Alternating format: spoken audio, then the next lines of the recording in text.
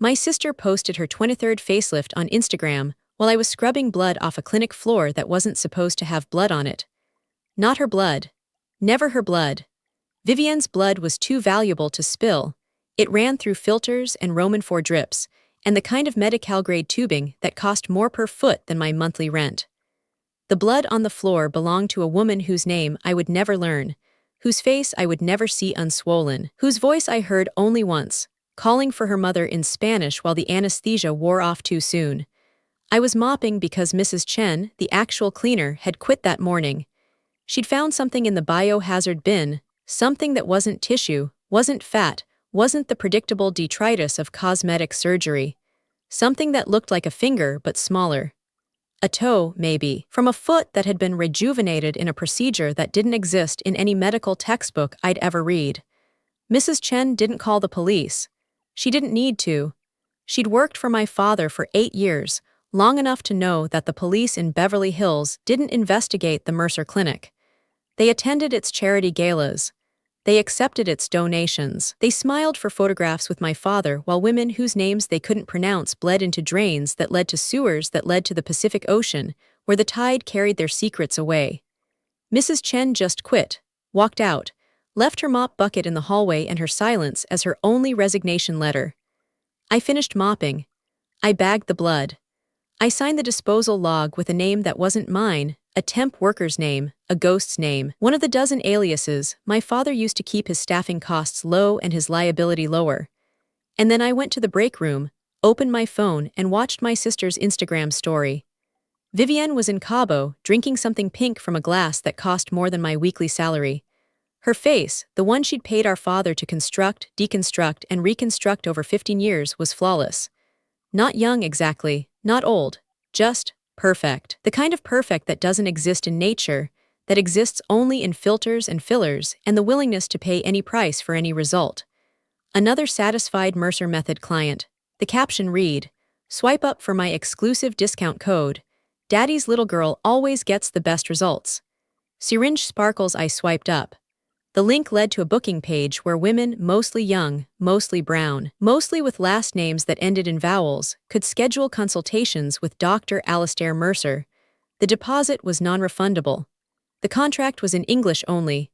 The fine print, visible only if you clicked 3 nested menus, waived all rights to legal action in the event of unsatisfactory outcomes. I knew what unsatisfactory outcomes meant. I'd been mopping them for 6 months. I became a ghost because I failed at being a daughter. Not a failure of obedience, I was obedient enough in the ways that counted. I attended the right schools, wore the right clothes, smiled at the right events. I failed at being a daughter because I looked wrong. Not wrong in any way I could control. I had my mother's cheekbones, my grandmother's jawline, the kind of bone structure that photographers called interesting and cosmetic surgeons called a challenge. Vivienne looked like our father, or rather, she looked like what our father wanted to look like, symmetrical, delicate, vaguely European in a way that made people ask, "What are you?" with a smile that expected compliments. She was the face of the Mercer Method before she was old enough to consent to it. My father started her on preventative treatments at 14. By 16, she'd had her first rhinoplasty. By 18, her first facelift. By 20, she was the clinic's official spokesperson. Her Instagram account a gallery of before and afters that made other women hate themselves enough to pay for the same. I was 20 when I left. Not ran, left. I packed a bag, took the car my father had given me for graduation, and drove to a studio apartment in Koreatown where the rent was paid in cash and the landlord didn't ask questions. I changed my name. Not legally, just socially, introducing myself as Ro to everyone who didn't know the Mercer family. I got a job as a receptionist at a day spa, the kind where middle-aged women paid for facials they didn't need while complaining about husbands who didn't appreciate them. I thought I'd escaped. I thought distance would erase the name, the history, the knowledge of what my father did in rooms with locked doors and cameras that malfunctioned at convenient moments. I was wrong. The Mercer name wasn't a place I could leave. It was a shadow that followed me, growing longer as the sun of my father's reputation rose higher. Every time I saw a billboard with Vivienne's face, every time I heard a podcast mention Beverly Hills cosmetic surgery, every time a client at the spa mentioned considering a little touch-up, nothing major, just something to feel better about myself, I felt the shadow cover me. And then Elena came to the spa. She was 26, Guatemalan, with a scar that ran from her left temple to her jawline, not a surgical scar, not clean and predictable but jagged, raised, the kind of scar that forms when a wound is left open too long. When infection sets in, when the body tries to heal something that was never meant to be wounded. I went to Mercer Clinic, she told me in Spanish, while I applied the cooling mask that was supposed to reduce her inflammation.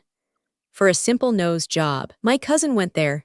She looks beautiful now, she has a boyfriend, a good job. She said Dr. Mercer was an artist. She paused. I kept applying the mask, my hands steady, my heart not. I woke up during the surgery, Elena continued. I couldn't move, I couldn't speak, but I could feel. I felt them cutting. I felt something cold inside my face. I felt them pulling like they were removing something that was attached. She touched the scar. When I woke up again, they told me there had been complications, that they'd had to perform additional procedures, that my nose was fine but I'd need time to heal. They gave me pills. Antibiotics, they said. But the pills made me sleep, and when I slept I didn't eat, and when I didn't eat I didn't heal. How long ago? I asked. 8 months. She looked in the mirror at the face that wasn't hers anymore. I tried to sue. But the contract I signed, I didn't understand it. My English. It was not good enough. They said I had waived my rights. They said I had agreed to the risks. They said. She stopped. Her eyes met mine in the mirror. They said I was lucky to be alive, that other women had died, that my family in Guatemala should be grateful for the money they sent home. I didn't know about the deaths. Not then. I knew my father was unethical. I wasn't naive. I wasn't stupid. I'd grown up in that house. I'd heard the phone calls at 3 a.m. I'd seen the cash payments in envelopes that didn't have return addresses. But I didn't know about deaths. I didn't know that my father's artistry had a body count. Will you help me? Elena asked. I said yes. Not because I was brave, because I was angry, because I was tired of mopping blood and pretending it was water, because I was 23 and still believed that the system worked if you just found the right door, the right person, the right combination of words that would make someone listen. I was wrong about that too. The lawyer was named Patricia Okonkwo. She worked out of an office in Inglewood, specializing in medical malpractice cases that the big firms wouldn't touch, cases involving undocumented immigrants, sex workers, women with criminal records, the kind of plaintiffs who juries were trained not to believe. She believed Elena. She believed me. She filed the complaint on a Tuesday. Wednesday, Elena disappeared. Returned to Guatemala, the clinic's records said, voluntary departure, family emergency. Elena didn't have family in Guatemala. Her parents were dead. Her only sibling was in Los Angeles working as a nanny in Silver Lake. She had no reason to return, no money for the flight, no passport that would have allowed her to leave legally. I went to the police. The detective who took my report was named Bradshaw. He had a tan that looked sprayed, a smile that looked practiced, and a framed photograph on his desk showing him shaking hands with my father at a charity golf tournament.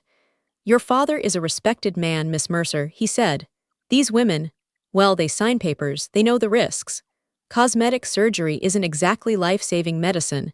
If they want to take chances with their appearance, that's their choice. Elena didn't choose to disappear, I said. People disappear all the time. Bradshaw's smile didn't waver. Immigrants, especially. They get scared, they go home, they don't tell anyone. It happens. She was going to testify, was she? He made a note on his pad. A meaningless note, I could tell, a doodle or a grocery list or nothing at all. Well, without her you don't have much of a case. Hearsay really, your word against your father's. And let's be honest, Miss Mercer, you've got a bit of a reputation. The runaway daughter, the family black sheep. I'm sure your father has mentioned your instability. He had, I knew he had. The narrative was already prepared, the script already written. Rowan Mercer, troubled, rebellious, prone to fantasies, probably using drugs, definitely seeking attention. The kind of daughter who would make up stories about her own father rather than accept that she wasn't pretty enough, successful enough, Mercer enough to deserve the family name. I left the station. I didn't cry until I was in my car, parked behind a dumpster where no one could see me. And then I cried until my throat hurt, until my eyes swelled, until I understood, really understood, that the system wasn't broken. It was working exactly as designed. Designed to protect men like my father. Designed to discard women like Elena. Designed to turn daughters like me into cautionary tales about what happens when you stop being grateful. I didn't disappear after that. Not physically. I went back to the spa, to my apartment, to my life of carefully maintained obscurity. But something in me changed, Or rather, something that had been dormant woke up. I started keeping receipts, not literal receipts, though I collected those too.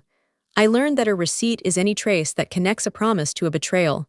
A timestamp, a geolocation, a screenshot, a voice memo recorded in a bathroom stall while the person on the other end of the phone thinks you're just having digestive issues. I learned to document. I bought a burner phone with cash. I created email accounts under names that weren't mine.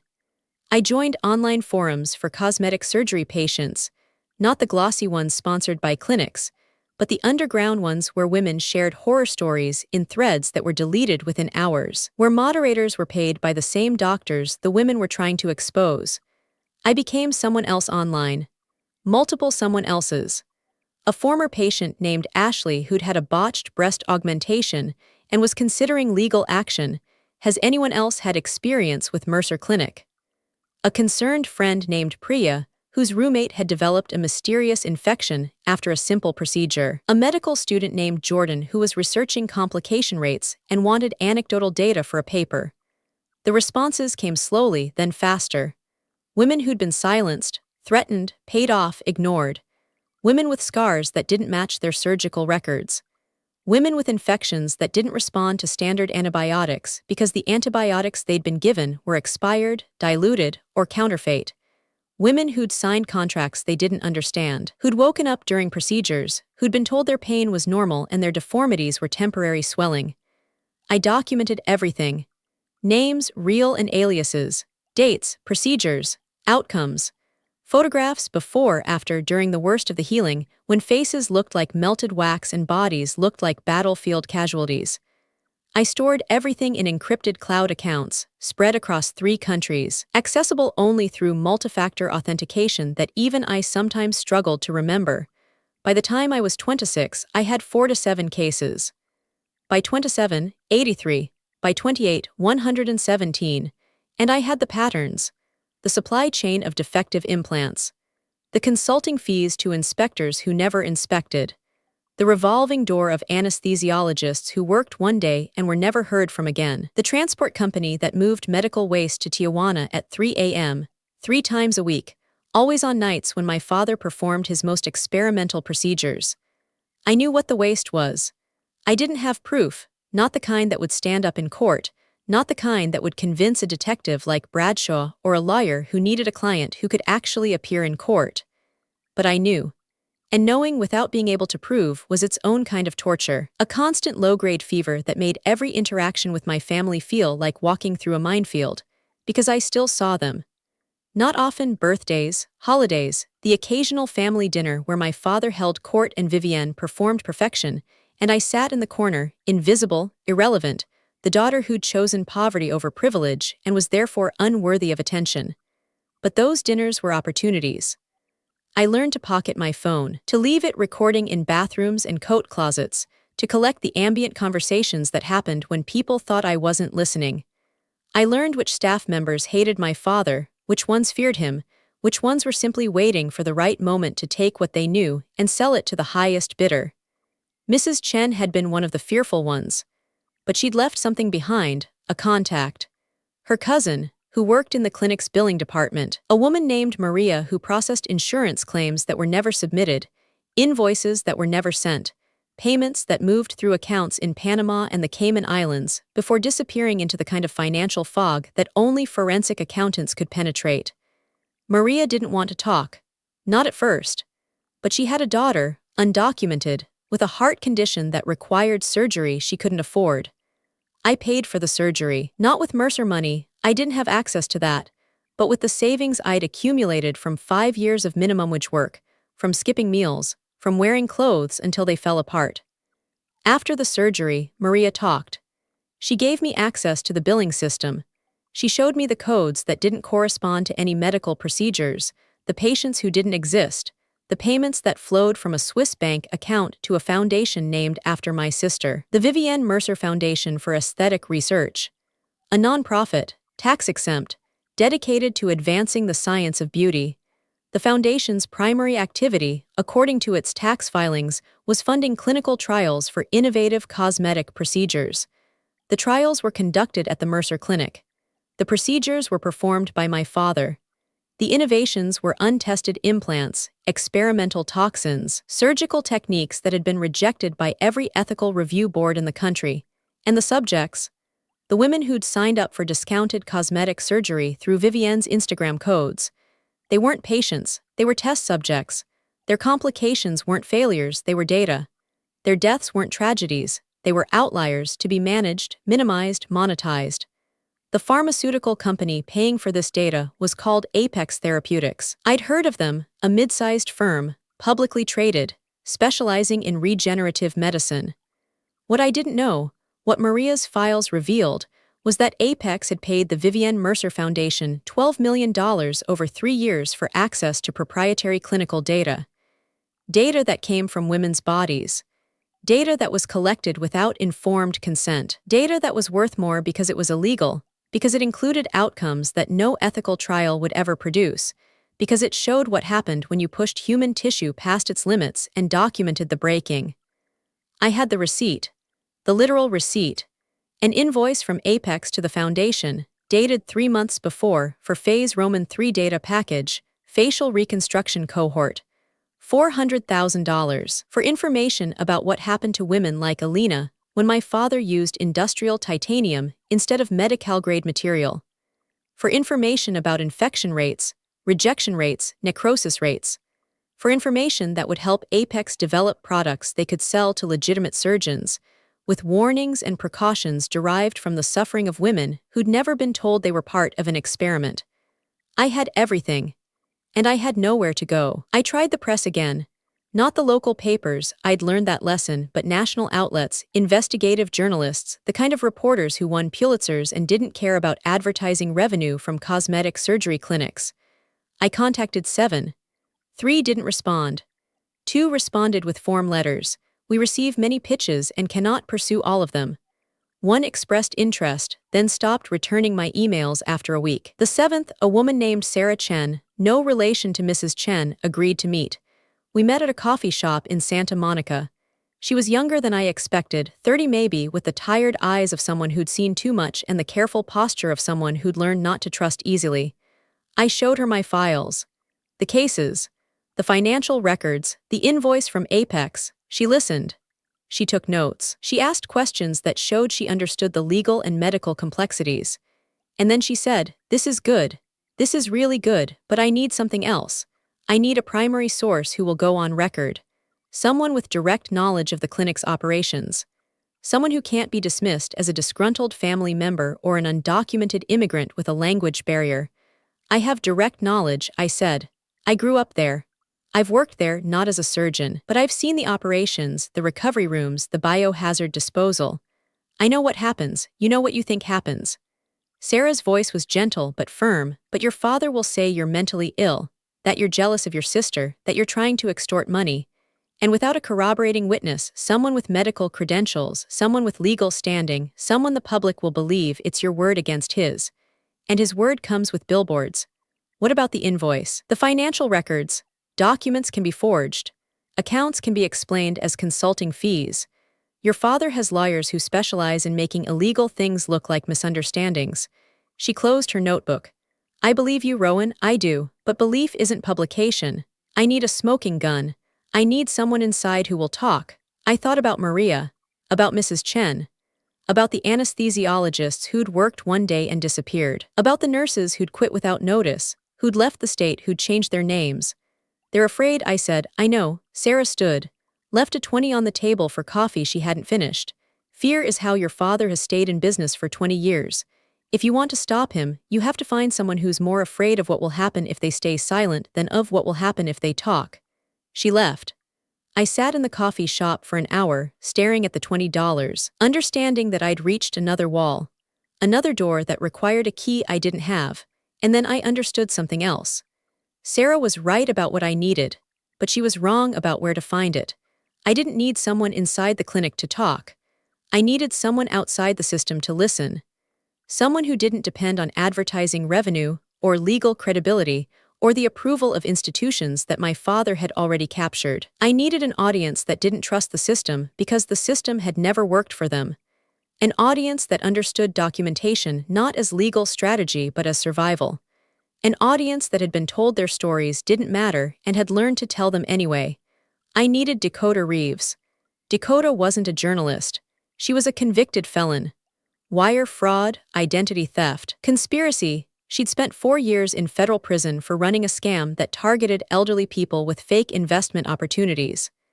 She'd gotten out at 30, started a podcast from her mother's basement, and built an audience of 3 million subscribers by telling stories about criminals she'd known, scams she'd run, and the systems that had failed to catch her, until she'd made enough money to become a problem for someone more powerful than her victims. Receipts was the name of her podcast. The premise was simple. Every episode, she took a story that mainstream media had ignored: a missing Indigenous woman, a fraudulent nursing home, a police department that protected rapists, and she documented it. Not with professional reporting, but with the tools she'd learned as a scammer. Social engineering, database searches, financial forensics, the kind of skills that were illegal when used to steal, but invaluable when used to expose. Her audience wasn't the NPR crowd. They were younger, poorer, more diverse, more skeptical of everything that came from official sources. They were the kind of people who'd learned to document their own lives because no one else would. Screenshots of abusive texts, recordings of discriminatory conversations, timestamps of everything because they knew that without proof, their word was worth less than nothing. They were, in other words, people who understood receipts. I contacted Dakota through her website's tip line. I didn't use my real name, I used Ashley, the same alias I'd used in the surgery forums. I sent her a summary of what I had, not everything, just enough to show that I wasn't crazy, that I had documentation, that this was bigger than a family feud. She responded in 6 hours. Not with interest, with a demand. I don't work with sources I can't verify, her email said. If you want me to look at this, I need to know who you are. Real name, real face, real risk. I'm not going to spend months on a story just to find out it's a hoax or a grudge or a publicity stunt. You want to burn your family down, you have to be willing to stand in the fire with me. I thought about it for 3 days. I thought about Elena, disappeared, probably dead, certainly forgotten. I thought about the 117 women in my database, their faces, their scars, their stories. I thought about my mother, who died when I was 12, officially, a car accident. Unofficially, a fall from a balcony during a domestic dispute that the police had never investigated because my father donated to the Police Benevolent Association. I thought about Vivienne, posting her 23rd facelift, smiling for the camera, selling her discount codes, collecting her percentage from every woman who booked through her link and woke up to a nightmare. And I thought about myself. About the years of silence, of mopping blood, of pretending that distance was the same as escape. About the anger that had become my only constant companion, the anger that I was afraid to express because expressing it would mean admitting that I'd known, that I'd seen, that I'd done nothing for so long. I sent Dakota my real name. My real face, a photograph, no filter, no makeup, the face that didn't look like a Mercer. My real story, not the edited version, not the strategic narrative, but the whole ugly truth about growing up in that house, about leaving, about returning, about the 6 years of documentation that had consumed every spare moment and every spare dollar. She responded in 2 hours. We're doing this. But we're doing it my way. Dakota's way was methodical, relentless, and completely illegal in ways that didn't matter because the legal system was already compromised. She hired a team, a former FBI agent who'd been fired for excessive use of force, and now did private security for celebrities who needed their stalkers managed discreetly. A forensic accountant who testified against the mob and lived in witness protection under a name that changed every 6 months. A medical researcher who'd lost her license for whistleblowing about pharmaceutical trials and now worked as a freelance consultant for lawsuits that the big firms wouldn't touch. They verified everything. Every case in my database was contacted, those who could be found, those who were still alive, those who were willing to speak. Every document was authenticated, the financial records, the medical files, the contracts, the invoices. Every name was cross-referenced, the anesthesiologists, the nurses, the transport drivers, the Tijuana mortuary that received the medical waste. It took 8 months. During that time, I continued working at the spa, continued mopping floors, continued being invisible.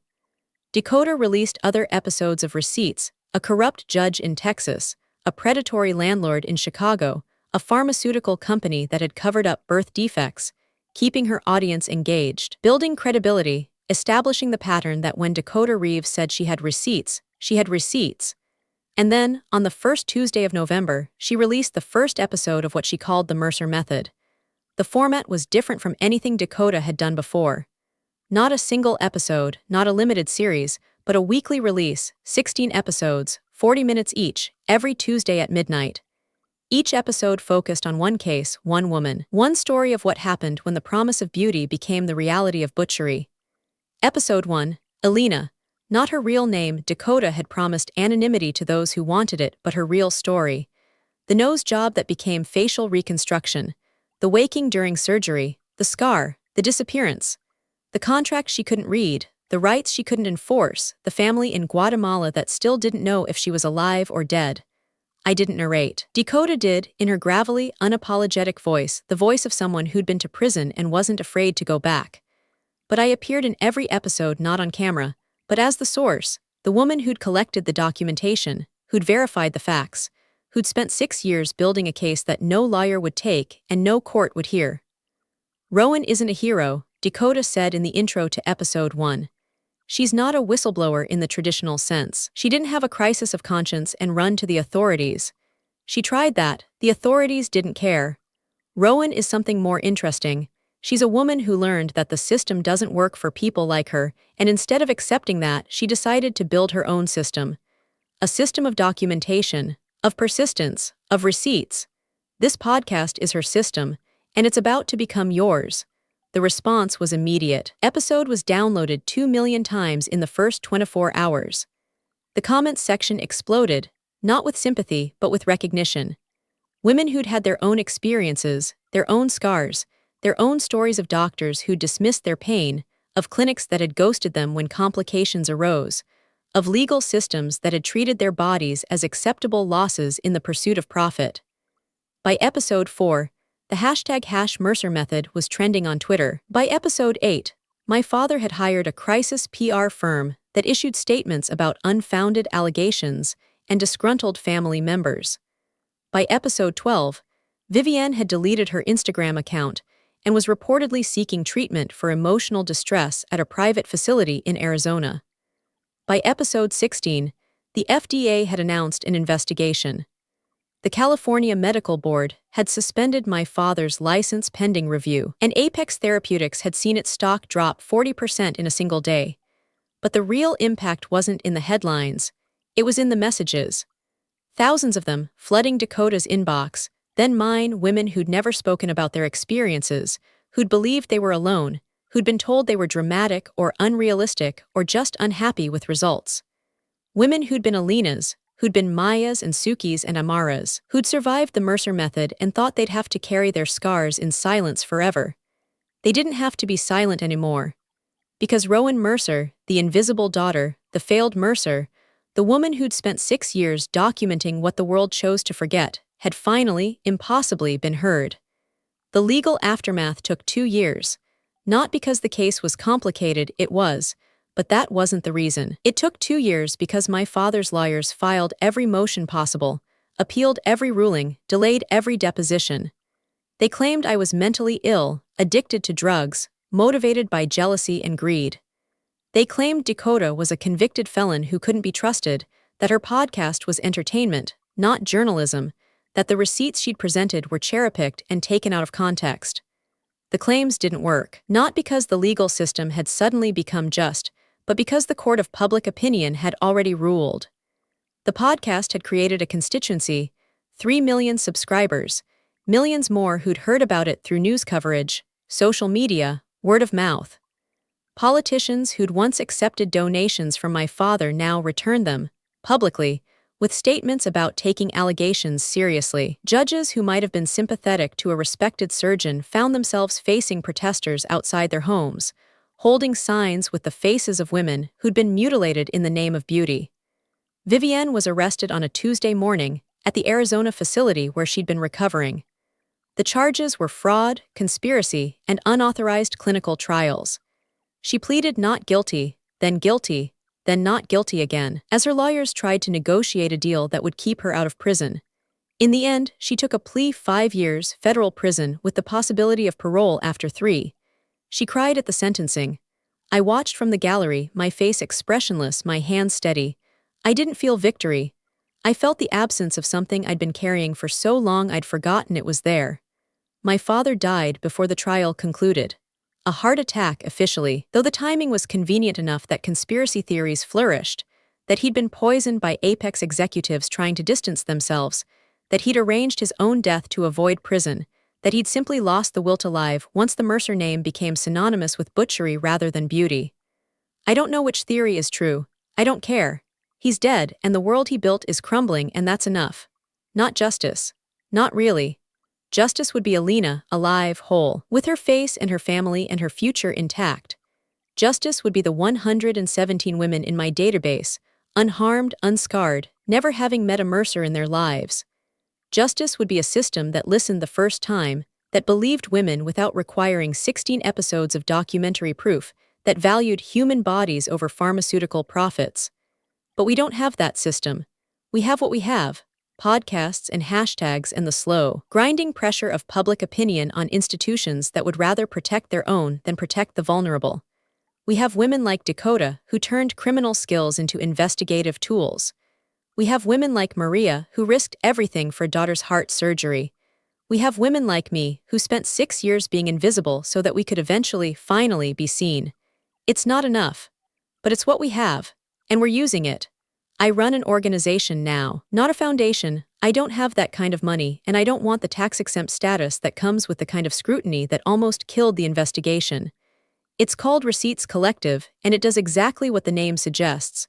We teach women to document. Not in the abstract, not in the theoretical.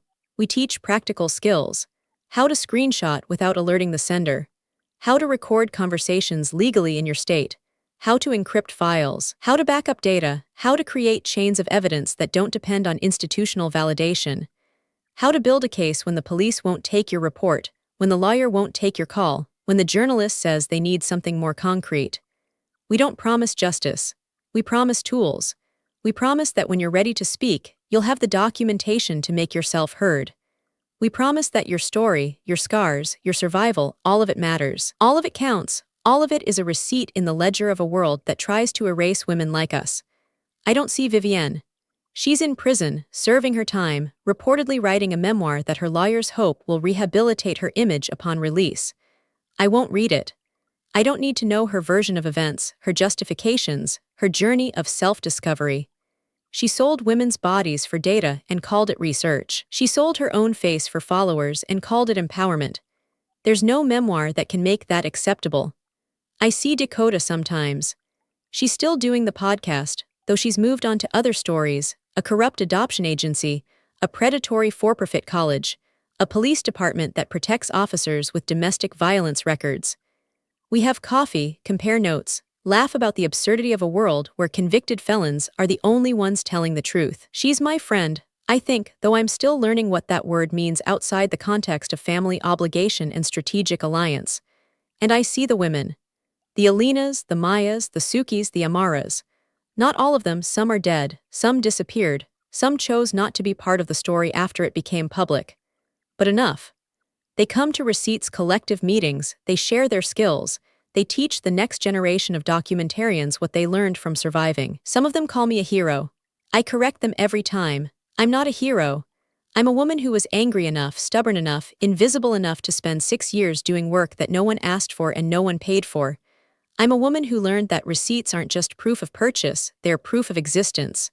Proof that you were there, that it happened, that the world can't pretend you away. I'm Rowan Mercer. I'm 29 years old. I was born into a family that sold beauty and delivered butchery. I spent 6 years keeping receipts in the dark, and now I teach other women to do the same in the light. If someone ever told you that your story didn't matter because you didn't have proof, or if you're still learning to document your own survival in a world that wants you silent, drop a receipt below. I read every single comment. And if this story made you want to start keeping your own receipts, hit subscribe. We tell stories like this every week. What are you finally ready to prove? Backhand index pointing down.